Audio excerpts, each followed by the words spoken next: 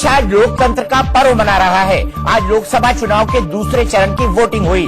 देश की नई सरकार चुनने के लिए 95 लोकसभा सीटों पर मतदाताओं ने अपने मताधिकार का इस्तेमाल किया। वोटिंग में सबसे अव्वल पश्चिम बंगाल रहा, जबकि जम्मू कश्मीर में सबसे कम वोटिंग हुई।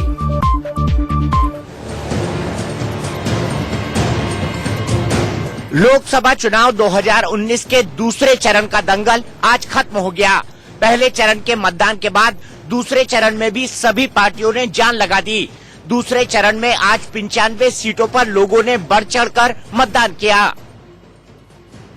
देश के उत्तरी से लेकर दक्षिणी और पूर्वी से लेकर पश्चिमी छोर तक लोगों में वोटिंग को लेकर उत्साह नजर आया। आम से लेकर खास लोगों ने बढ़ चढ़कर मतदान किया। असम में 73.32% वोटिंग हुई। बिहार में 6 बजे तक कुल मतदान 62.52% था। छत्तीसगढ़ में 68.70% और जम्मू कश्मीर में सबसे कम 43.37% मतदान हुआ। वहीं कर्नाटक में 61.80% लोगों ने पोलिंग की। महाराष्ट्र में 55.37 और मणिपुर में 74.69% मतदान हुआ। ओडिशा में 57.41, पुडुचेरी में 72.40 और तमिलनाडु में 61.52% वोटिंग हुई। यूपी में दूसरे चरण में भी औसत वोटिंग 58.12% हुई। सबसे ज्यादा पश्चिम बंगाल में 75.27% मतदान दर्ज किया गया। इंडिया न्यूज आपसे अपील करता है कि जब आपके इलाके में वोटिंग हो तो आप भी मतदान जरूर करें। एक नागरिक के तौर पर ये हमारी जिम्मेदारी है। दूसरे चरण के मतदान में आम लोगों के साथ साथ दिग्गजों ने भी अपने मताधिकार का इस्तेमाल किया। राजनेताओं से लेकर फिल्मी सितारों तक कई दिग्गज वोटिंग की लाइन में खड़े दिखाई दिए। यूपी कांग्रेस अध्यक्ष राज बब्बर ने फतेहपुर सीकरी के राधा वल्लभ इंटर कॉलेज में मतदान किया। जम्मू कश्मीर के पूर्व सीएम और नेशनल कॉन्फ्रेंस अध्यक्ष फारूक अब्दुल्ला और उनके बेटे उमर अब्दुल्ला श्रीनगर संसदीय क्षेत्र के मुंशीबाग पोलिंग बूथ पर मतदान करने पहुंचे। पुडुचेरी की उपराज्यपाल किरण बेदी, मणिपुर की राज्यपाल नजमा हेपतुल्ला और छत्तीसगढ़ के पूर्व सीएम रमन सिंह ने कवर्धा में परिवार के साथ वोट डाला। राज बब्बर और फारूक अब्दुल्ला ने मताधिकार के इस्तेमाल के बाद मोदी सरकार को निशाने पर लिया। अब अवाम तक है, अवाम क्या फैसला करती है वो मई में पता लग जाएगा। हमने अपनी तरफ से कोशिश की कि लोगों को बताएं कि हमारा मकसद क्या है, क्यों इलेक्शन लड़ रहे हैं, और उम्मीद करते हैं कि अल्लाह ताला वही कामयाबी बख्शने वाला है। कांग्रेस पार्टी बीजेपी की सरकार को हटाने के बाद में तमाम वो पार्टियां जो बीजेपी को हरानी चाहती हैं, जो जिसमें कांग्रेस पार्टी एक अग्रिम पार्टी है, सब मिलकर जो है दिल्ली में सरकार बनाएंगे। देश में लोकतंत्र का पर्व जारी है। दूसरे चरण के मतदान में हर कोई अपने मताधिकार का इस्तेमाल करता नजर आया। लोकतंत्र के इस महापर्व में केंद्रीय मंत्रियों ने भी भाग लिया। बेंगलुरु दक्षिण संसदीय क्षेत्र के जयानगर में रक्षा मंत्री निर्मला सीतारमण ने मतदान किया। केंद्रीय मंत्री सदानंद गौड़ा, केंद्रीय मंत्री और बक्सर से बीजेपी सांसद अश्विनी कुमार चौबे ने भागलपुर में अपना वोट डाला। बिहार में हम बढ़त बनाया है, देश में बढ़त बनाया है और 80% जगहों पर हमारे मतदान लाखों से हम आगे हैं। और मुझे विश्वास है इस बार का सुनामी, अभी ये आंधी तूफान दिखाई पड़ रहा है और अंतिम में सुनामी दिखाई पड़ेगा। आज देश की 95 लोकसभा सीटों पर वोटिंग थी। इन 95 सीटों में सबसे ज्यादा भागीदारी दक्षिणी राज्यों तमिलनाडु और कर्नाटक की थी। दक्षिण के इस दंगल में जनता से लेकर राजनेता तक शामिल थे। टॉलीवुड स्टार्स ने भी बढ़ चढ़कर वोटिंग की। तमिलनाडु की चेन्नई सेंट्रल संसदीय क्षेत्र से अभिनेता से राजनेता बने रजनीकांत ने मतदान किया। तमिलनाडु में कमल हासन और उनकी बेटी श्रुति हासन ने भी अलवरपेट के कॉरपोरेशन स्कूल में वोट डाला। वहीं कन्नड़ सुपरस्टार सुदीप ने बेंगलुरु में वोट डाला। दक्षिण से आज कई दिग्गज भी मैदान में थे। आज उनकी किस्मत ईवीएम में कैद हो रही थी। चुनाव में उनकी जीत होगी या हार, ये तो 23 मई को ही पता चलेगा, लेकिन आज उनके मताधिकार का दिन भी था। दूसरे चरण के दंगल में नेताओं में भी उत्साह देखते ही बनता था। पूर्व वित्त मंत्री और कांग्रेस नेता पी चिदम्बरम तो मतदान शुरू होने से पहले ही तमिलनाडु के शिवकाशी में वोट डालने के लिए लाइन में खड़े थे। डीएमके अध्यक्ष स्टालिन और तूतीकोरन से उम्मीदवार कनिमोझी ने चेन्नई में मतदान किया। कर्नाटक के मुख्यमंत्री एचडी कुमारस्वामी ने पत्नी अनीता और बेटे निखिल के साथ वोट डाला। वहीं बेंगलुरु से बीजेपी की सीट पर किस्मत आजमा रहे तेज तर्रार नेता तेजस्वी सूर्या ने भी अपने मताधिकार का इस्तेमाल किया। To everyone to vote for the Secular Progressive Front. This front was first formed in 1971, and since then, every time this front is formed, it has been victorious in a parliamentary election.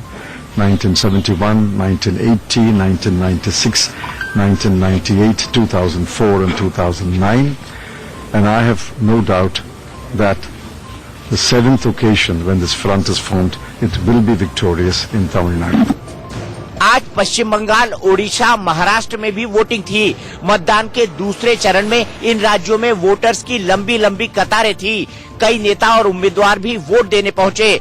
Maharashtra के परभणी से उम्मीदवार अशोक चव्हाण परिवार के साथ vote डालने पहुंचे। महाराष्ट्र की Solapur seat से कांग्रेस उम्मीदवार सुशील कुमार शिंदे ने पत्नी उज्ज्वला और बेटी प्रणीति के साथ वोट डाला। लोकसभा चुनाव के दूसरे चरण के मतदान में आज कई लोगों ने मिसाल पेश की। कहीं शादी के तुरंत बाद दूल्हा दुल्हन मतदान करने पहुंचे, तो कहीं लोग वोट डालने हजारों किलोमीटर दूर से आए। कहीं 107 साल के बुजुर्ग ने वोट डाला, तो कहीं एक पैर पर चलकर वोटर मतदान केंद्र तक पहुंचे।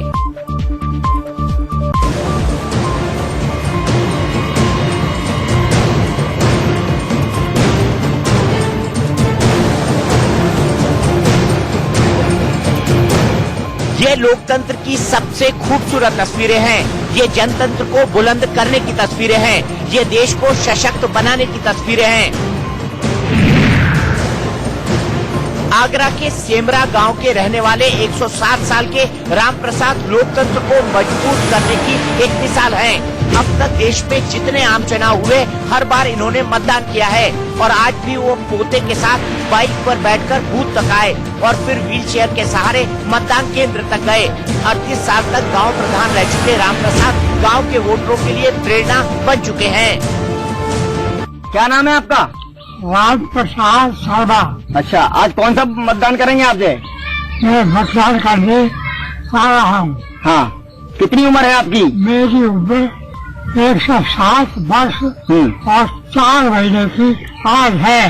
कितने पहले आपने कब मतदान किया था जय? मैं हमेशा जब से कांग्रेस सरकार बनी तभी से हमेशा वोटिंग करते आया हूँ।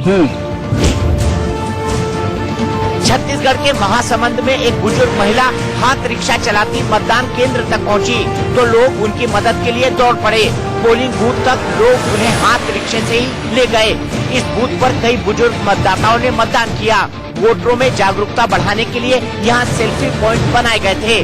खास तौर पर फर्स्ट टाइम वोटरों ने यहाँ पर खूब सेल्फी ली।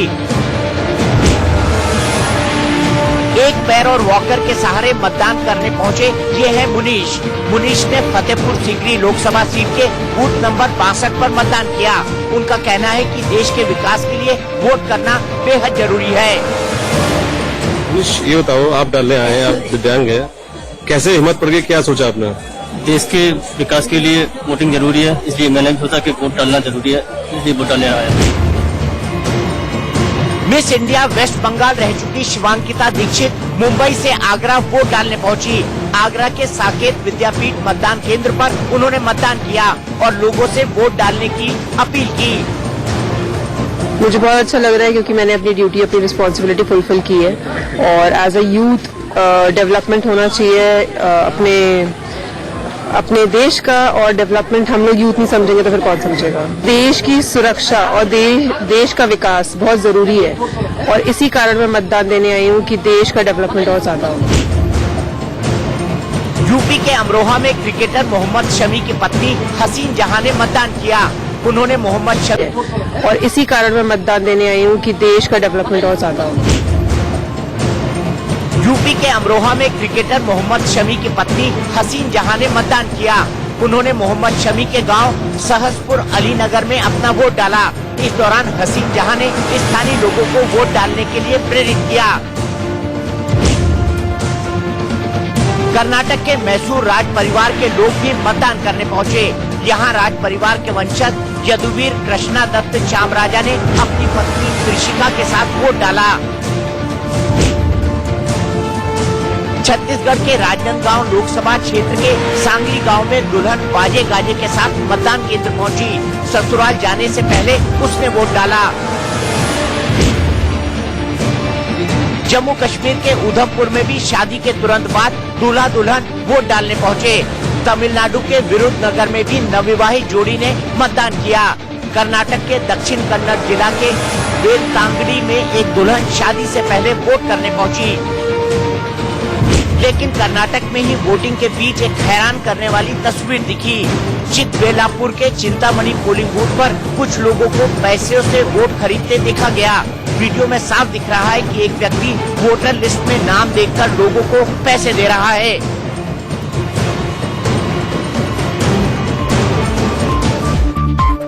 पश्चिम बंगाल में वोटिंग के दौरान कई जगहों पर हिंसा भड़क उठी। कहीं लेफ्ट और टीएमसी में टकराव हुआ तो कहीं पुलिस और उपद्रवियों में। दीदी के बंगाल में आज जमकर बवाल हुआ।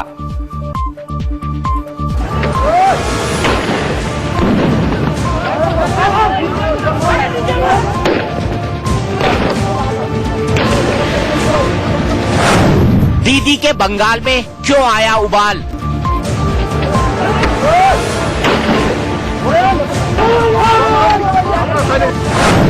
लोकतंत्र के रंग में किसने डाला भंग?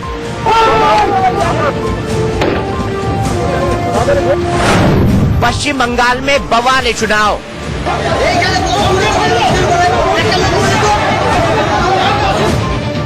जबरदस्त हंगामे से लेकर हिंसक झड़प तक।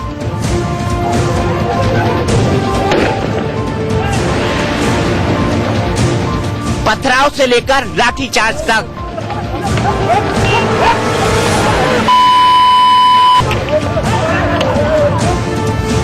और फायरिंग से लेकर आंसू गैस तक।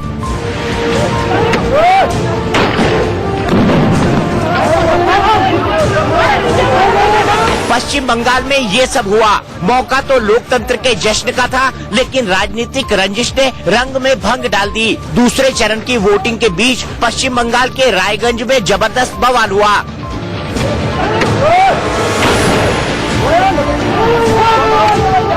हालात इतने बिगड़ गए कि सुरक्षा बलों को बल प्रयोग करना पड़ा।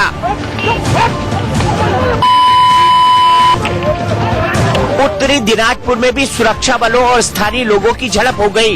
गांव वालों ने आरोप लगाया कि कुछ लोगों ने उन्हें वोटिंग से रोकने की कोशिश की। इसके बाद गांव वालों ने नेशनल हाईवे नंबर 34 को बंद कर दिया। सुरक्षा बलों को हाईवे खाली कराने के लिए काफी मशक्कत करनी पड़ी।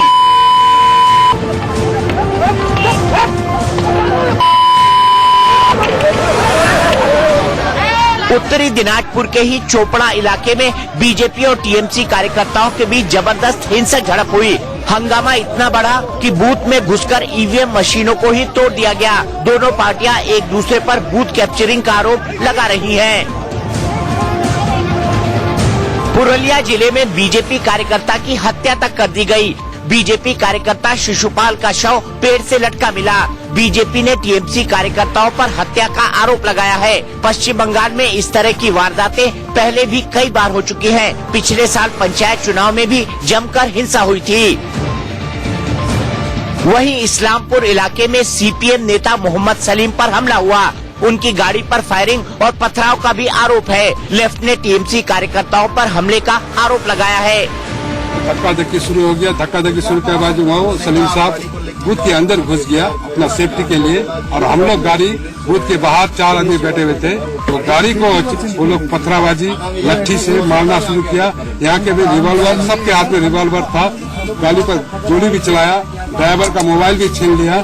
हम लोग जब देखा कि यहाँ हम लोगों का सिक्योरिटी ने पुलिस के सामने में इस हिंसा पर चुनाव आयोग ने संज्ञान लिया है और निर्वाचन अधिकारियों से हिंसा का वीडियो भी मांगा है।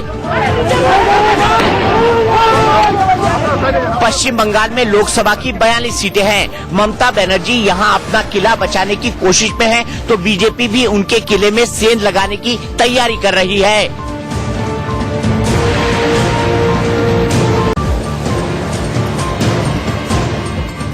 गले में भगवा गमछा और गमछे पर छपा कमल का निशान, ये बुलंदशहर से बीजेपी सांसद भोला सिंह हैं। इस बार के चुनाव में भी बीजेपी के प्रत्याशी हैं। भोला सिंह मतदान के बीच में पोलिंग बूथ में जा पहुंचे, साथ में उनके समर्थक भी थे। पोलिंग बूथ के अंदर पहुंचकर पहले तो फोटो खींचने लगे, उसके बाद ईवीएम के पास जाने की जिद करने लगे। सुरक्षा कर्मी ने रोकने की कोशिश की तो किसी को फोन मिला दिया। उसके बाद सुरक्षा कर्मी से बात करने के लिए कहा। ये देवचंद्र जी है, ये के अंदर में जाने मेरी बात करो। हेलो, हाँ सर बोलिए।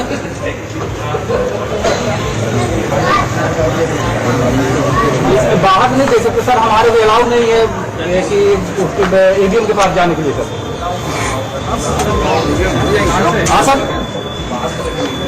जी सर। सुरक्षा कर्मी ने बताया कि फोन पर दूसरी तरफ जिले के डीएम थे, जिन्होंने भोला सिंह को अंदर जाने की मंजूरी दे दी।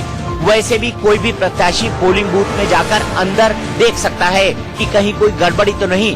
बात यहाँ तक तो ठीक होती, लेकिन भोला सिंह अंदर भी गए, साथ में एक दो समर्थक थे, जबकि बीजेपी का पोलिंग एजेंट पहले ही अंदर मौजूद था।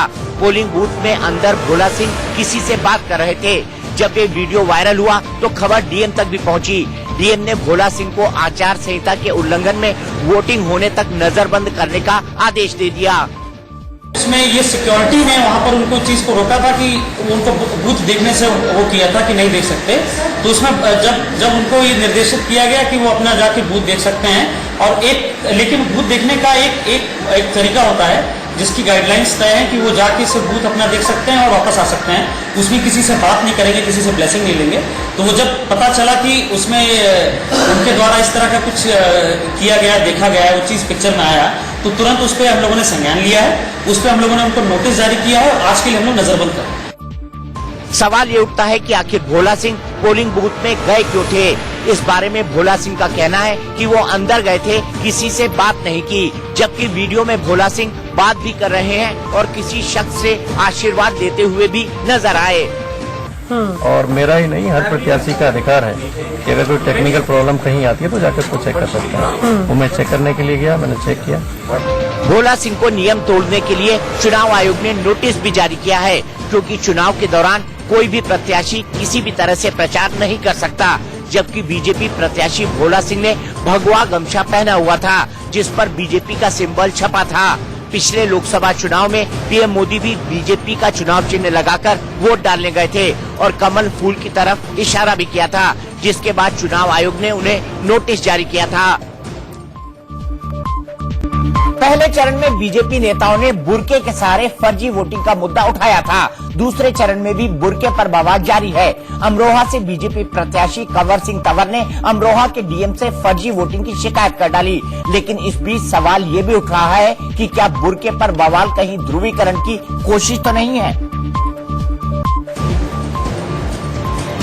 दूसरे चरण में बुर्का फिर सुर्खियों में है।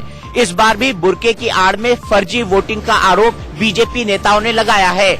आरोप लगाने वाले नेता का नाम कंवर सिंह तंवर है। वो अमरोहा सीट से बीजेपी प्रत्याशी हैं। उनका कहना है कि खास तौर से अमरोहा और नौगांव के कुछ पोलिंग बूथों पर महिलाओं ने बुर्का पहनकर फर्जी वोटिंग कर डाली। आरोप लगाया कि बुर्का पहनकर फर्जी वोटिंग हो रही है। फर्जी वोटिंग हो रही है। क्या किससे पता चला आपको? हमारे नौगांव में यहाँ पर ज्यादातर मुस्लिम बहुल क्षेत्र है। नौगांव में मुस्लिम बहुल, कुछ अमरोहा के हैं, वहाँ मुस्लिम है। तो अमरोहा नौगांव में फर्जी वोटिंग डाली जा रही है। लेडीजों को बुर्का उनको बुर्का चेक नहीं किए जा रहे। जब बुर्का चेक नहीं होते हैं तो वो जो बाहर से झूठी वोट ला कर लाइन लगा रखी सुबह से। अमरोहा में फर्जी वोटिंग के आरोप पर जब इंडिया न्यूज के संवाददाता ने कंवर सिंह तंवर से पूछा कि क्या फर्जी वोटिंग का कोई वीडियो या तस्वीर उनके पास है, तो वो कहने लगे उनके एजेंट ने बुर्का पहने महिलाओं को देखा जो फर्जी वोटिंग कर रहे थे। उनके पास सब कुछ है, लेकिन अभी वहाँ उनको ले गए। अभी से हमको भी अंदर नहीं जाना। अगर वाकई ये आरोप सही है तो कौन ये कर रहा है? ये यहाँ मुस्लिम बहुल क्षेत्र है, आपको बता रहा हूँ। यहाँ टोटल मुस्लिम है और मुस्लिमों ने एक ही वो ले रखा है, हमें फुल वोटिंग करनी है। और ये लोग जो बाहर रहते हैं 9 गांव में, यहाँ नहीं रहते लोग, विदेशों में भी रहते हैं, खाड़ी देशों में रहते हैं, और यहाँ से पकड़ पकड़ के वोटिंग कराई जा रही है। कंवर सिंह तंवर बार बार मुस्लिम महिलाओं का नाम ले रहे थे, लेकिन ये नहीं बता पाए कि फर्जी वोटिंग के पीछे कौन हो सकता है। हालांकि अमरोहा के डीएम ने ऐसे किसी भी मामले से इनकार किया है।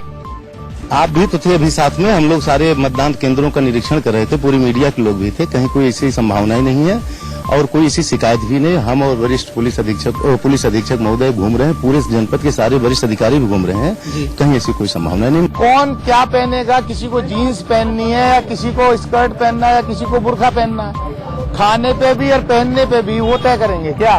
सर कितनी जीत होने वाली है? अब वो किसी बूथ पे बीजेपी वालों ने अपने वर्कर को बुर्का पहना के भेज दिया तो वो ड्रामा करते रहे, लेकिन जनता उसमें नहीं आने वाली। पहले चरण में मुजफ्फरनगर से बीजेपी प्रत्याशी संजीव बालियान ने भी इसी तरह का बयान दिया था, जिसे चुनाव आयोग के अधिकारियों ने खारिज कर दिया था। मैंने देखा एक तो बहुत अच्छी तरह से चेहरे चेक नहीं किए जा रहे हैं। अगर बुरके में कोई आता है तो 4 बार आए 5 बार आए, आप चेहरा चेक कैसे करें? चेहरा चेक करने आप वोट कैसे डालवा सकते हैं? महिला कांस्टेबल बिल्कुल नहीं थी। 25 बूथ 26 बूथ है गाँव में, सूरजपुर गाँव में। बुरके पर बवाल के बीच सवाल ये उठता है कि बुरके की आड़ में फर्जी वोटिंग का मामला सिर्फ बीजेपी नेता ही क्यों उठा रहे हैं? कहीं ऐसा तो नहीं कि बीजेपी को यूपी में महागठबंधन से घबराहट हो रही है और इस तरह के बयान देकर ध्रुवीकरण की कोशिश की जा रही है?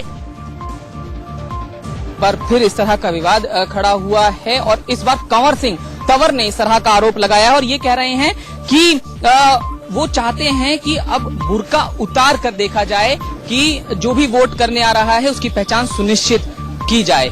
अमरोहा में जतिन गोस्वामी, इंडिया न्यूज।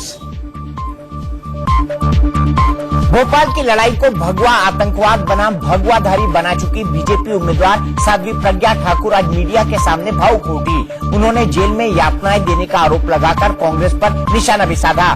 दूसरी तरफ उनकी जमानत को रद्द करने की मांग भी हो रही है।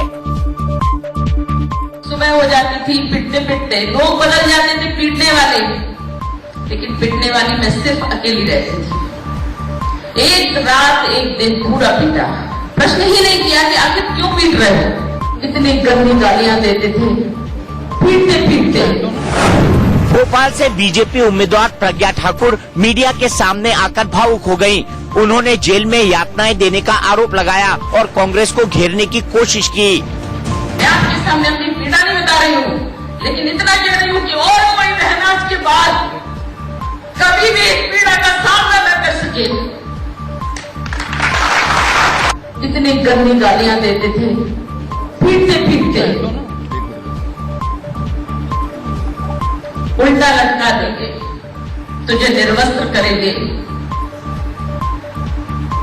असहनीय है मेरे लिए कहना। एक तरफ साध्वी इमोशनल हो रही थी तो दूसरी तरफ उनकी उम्मीदवारी और जमानत पर बवाल मचा हुआ था।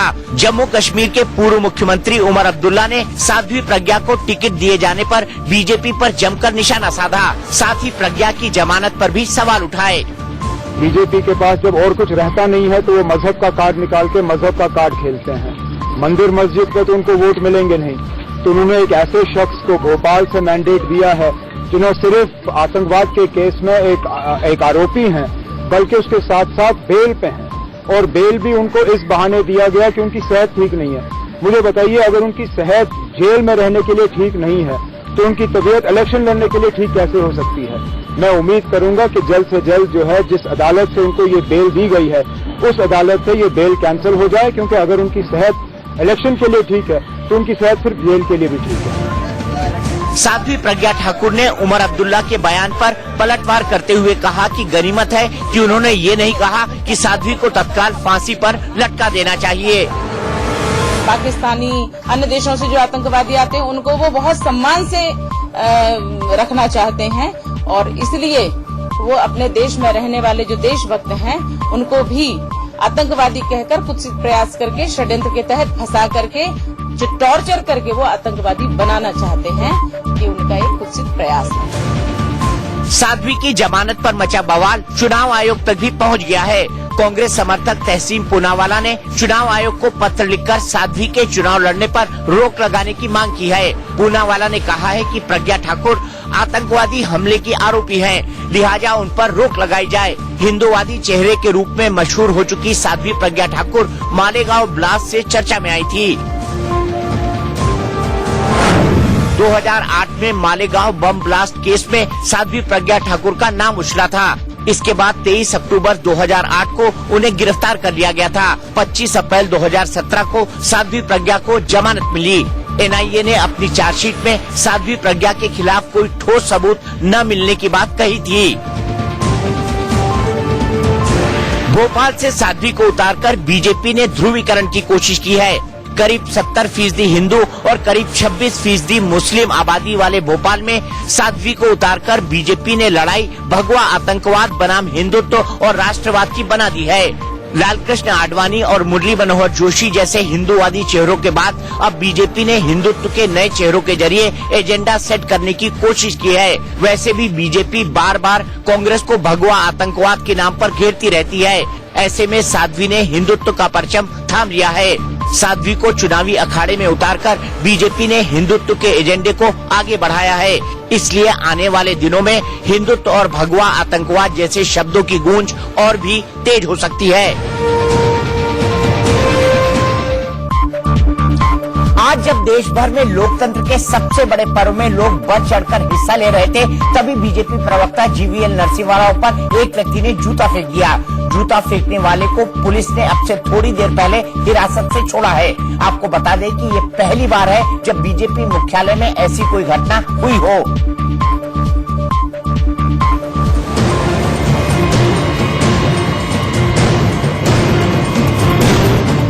दोपहर करीब 1:30 बजे बीजेपी के राष्ट्रीय प्रवक्ता जीवीएल नरसिम्हा राव दिल्ली स्थित बीजेपी के मुख्यालय में साध्वी प्रज्ञा ठाकुर के नॉमिनेशन पर प्रेस कॉन्फ्रेंस कर रहे थे। तभी एक शख्स ने उनके ऊपर जूता फेंक दिया। गनीमत रही कि अपनी ओर आते जूते को जीवीएल ने देख लिया और उन्होंने खुद को बचा लिया। जूता उनके चेहरे के सामने से निकल गया। इसके बाद वहां मौजूद लोगों ने जूता फेंकने वाले को दबोच लिया और मीडिया कक्ष से बाहर ले गए। आप देख सकते हैं यहाँ से सिक्योरिटी गार्ड लेके जा रहे हैं उसको पूरी सुरक्षा के अंदर। क्यों जूता फेंका था आपने? आप देख सकते हैं जूता फेंकने के लिए यहाँ से पूरी सिक्योरिटी और पूरे तरह से मीडिया को आने से रोक दिया गया है। यहाँ पर मीडिया को रोका गया, सिक्योरिटी गार्ड उसको लेके गए हैं। इसके बाद मौके पर पहुंची आईपी स्टेट थाने की पुलिस ने आरोपी को हिरासत में लिया और थाने ले गई। देखिए बहुत शर्मनाक है और इस तरह की जो कहीं ना कहीं ये सस्ती लोकप्रियता लेने के लिए ये जो स्टंट लोग करते हैं, जूता फेंकना, ये कोई मानसिक रोगी हो सकता है इस तरह की जो हरकत करता है। कोई सामान्य व्यक्ति से तो इस तरह की आप अपेक्षा कर नहीं सकते। जीवीएल नरसिम्हा राव पर जूता फेंकने वाले शख्स का नाम शक्ति भार्गव है। उसके पास से कानपुर के भार्गव अस्पताल का विजिटिंग कार्ड मिला है। वो भार्गव अस्पताल की मालकिन दया भार्गव का बेटा है, लेकिन उसकी मां का कहना है कि 2 साल से न तो उसका अस्पताल से कोई संबंध है और न ही उनसे। मैंने कह दिया वो मेरे बेटे नहीं है। क्यों बार बार आप कह रहे हैं मेरे बेटे मेरे बेटे? मैम ऐसा क्यों बेदखल किया? तो हमारा नहीं कोई रिश्ता है उससे। मुझे नहीं पसंद है वो, उसकी आदतें नहीं पसंद है मुझे। उसका जूता चलाया मतलब वो मैं क्या, मुझे आप लोग बतला रहे हो मुझे कुछ नहीं, वो गलत किया उसने। बताया जा रहा है कि शक्ति भार्गव के परिवार में कुछ सालों से झगड़ा चल रहा है। परिवार ने उसे बेदखल कर रखा है। किसी प्लॉट के मामले को लेकर वो परेशान है और उसकी मानसिक हालत भी ठीक नहीं है।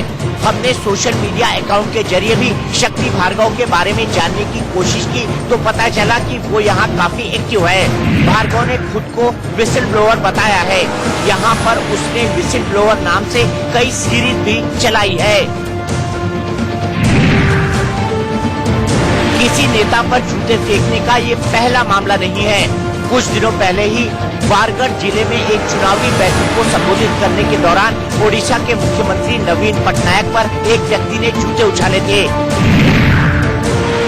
साल 2016 में यूपी में विधानसभा चुनाव के लिए रोड शो के दौरान कांग्रेस अध्यक्ष राहुल गांधी पर सीतापुर में जूता फेंका गया था। जनवरी 2016 में बिहार के मुख्यमंत्री नीतीश कुमार पर पीके राय नाम के एक व्यक्ति ने जूता फेंका था।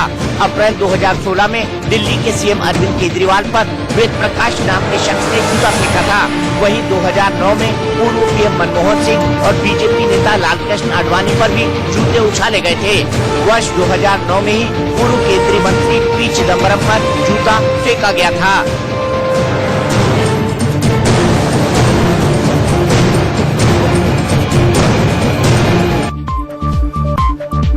समाजवादी पार्टी के अध्यक्ष अखिलेश यादव ने आज दल बल के साथ आजमगढ़ से नामांकन दाखिल किया। वहीं लखनऊ में भी महागठबंधन ने शक्ति प्रदर्शन किया। महागठबंधन की उम्मीदवार और कांग्रेसी हो चुके शत्रुघ्न सिन्हा की पत्नी पूनम सिन्हा ने भी नामांकन के बाद रोड शो किया।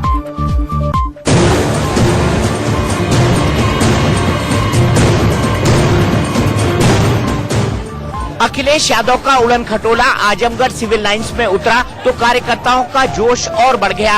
अखिलेश के साथ ही बीएसपी के राष्ट्रीय महासचिव सतीश चंद्र मिश्रा भी थे। कार्यकर्ताओं ने अखिलेश का जोरदार स्वागत किया।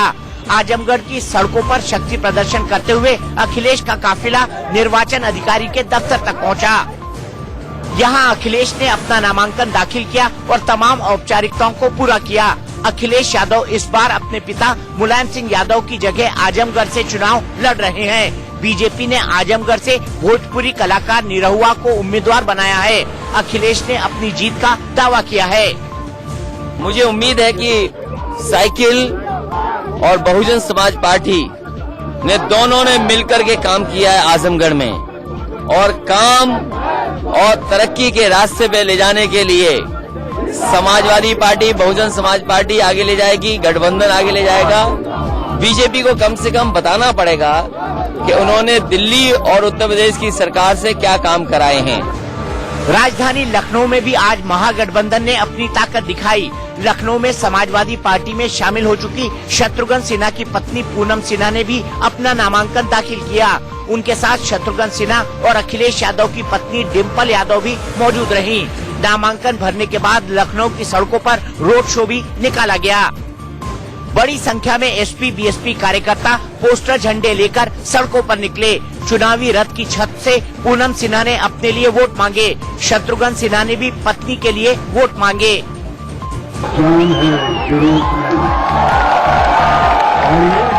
जो है अन्याय के खिलाफ न्याय के लिए मार्च हो रहा है। ये मार्च है उनके ज्यादा खिलाफी के खिलाफ। वो जो one man show and two man army बने, जो अहंकार और दम में जो घूम रहे हैं लोग, जिन्होंने रोजगार देने का वादा किया युवाओं को, उन्होंने युवा शक्ति को नहीं पहचाना। पूनम सिन्हा भी जोश में है और उन्होंने भी जीत का दावा किया। लखनऊ में पूनम का मुकाबला केंद्रीय गृह मंत्री और बीजेपी उम्मीदवार राजनाथ सिंह से है। मुसलमानों पर बयानबाजी के लिए 2 दिन का बैन झेल चुकी केंद्रीय मंत्री मेनका गांधी ने भी आज यूपी के सुल्तानपुर से पर्चा भरा। मेनका भी पूरे लाव लश्कर के साथ निकली थी, लेकिन बीकानेर में केंद्रीय मंत्री अर्जुन राम मेघवाल को नामांकन के लिए जाते वक्त जबरदस्त विरोध झेलना पड़ा।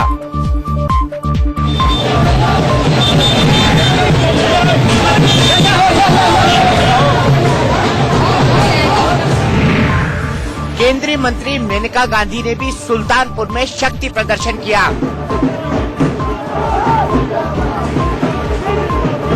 इस दौरान बड़ी संख्या में उनके समर्थक भी नजर आए। इससे पहले मेनका गांधी ने पूजा पाठ भी किया। पुरोहित मेनका की जीत के लिए मंत्रोच्चार भी करते दिखे। पूजा पाठ और रोड शो के बाद मेनका गांधी पहुंच गई रिटर्निंग ऑफिसर के दफ्तर में। मेनका ने यहां अपना नामांकन दाखिल किया। बीजेपी ने इस बार वरुण गांधी और मेनका गांधी की सीट की अदला बदली कर दी है। मेनका को सुल्तानपुर से भी जीत का भरोसा है। 72 प्लस हो या जो भी हो, मुझे मालूम है कि हम लोग जीतेंगे और सरकार बनेगी। लेकिन केंद्रीय मंत्री अर्जुन राम मेघवाल को बीकानेर से नामांकन दाखिल करते वक्त विरोध का भी सामना करना पड़ा।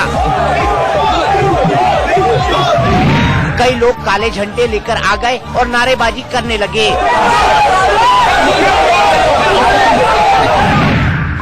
कई लोग तो मेघवाल का विरोध करने के लिए काले रंग के गुब्बारे लेकर आए थे। लोगों ने हवा में काले गुब्बारे छोड़कर अपना विरोध जताया। इस हंगामे के बीच केंद्रीय मंत्री प्रकाश जावड़ेकर के साथ अर्जुन राम मेघवाल ने नामांकन से जुड़ी औपचारिकताएं भी पूरी कर दी।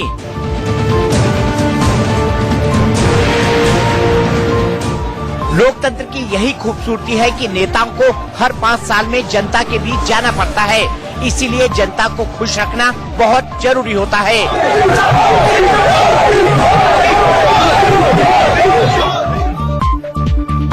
प्रधानमंत्री मोदी ने आज फिर तूफानी प्रचार किया। पहले पीएम मोदी ने गुजरात के अमरेली में रैली की, फिर वो दोपहर में कर्नाटक के बगलकोट में जनसभा करते दिखे।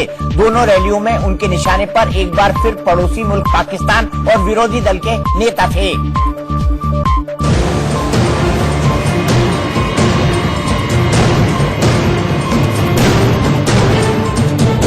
देश में आज दूसरे चरण का मतदान हो रहा था, तो दूसरी तरफ पीएम मोदी का तूफानी प्रचार अभियान चल रहा था।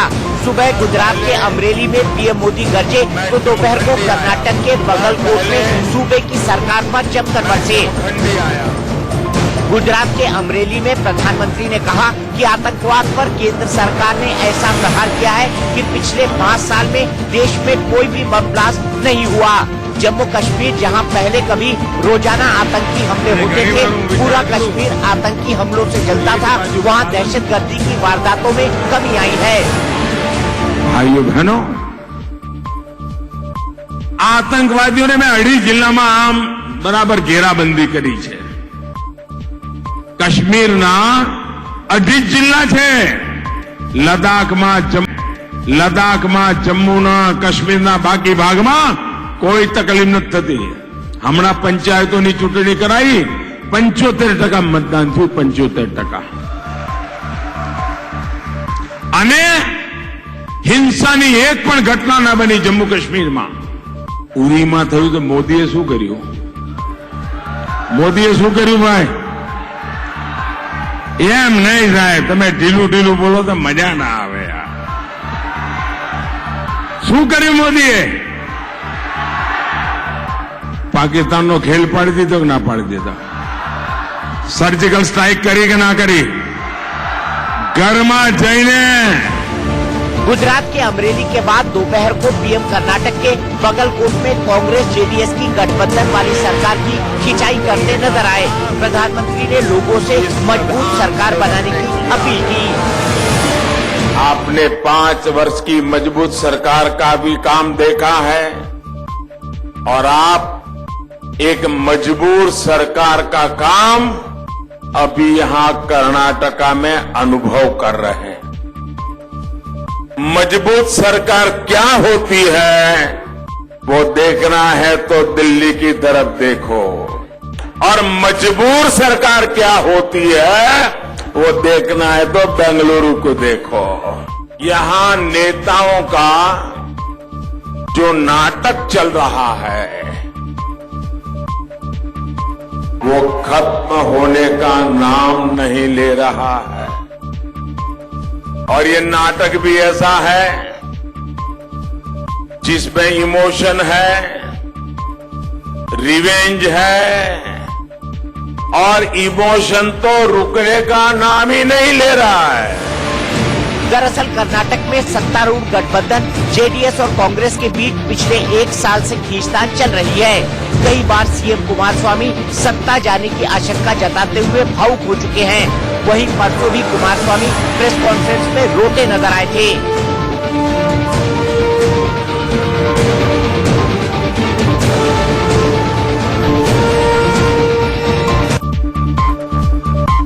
महले पे दहला में आज के लिए इतना ही, लेकिन इंडिया न्यूज पर खबरों का सिलसिला लगातार जारी है।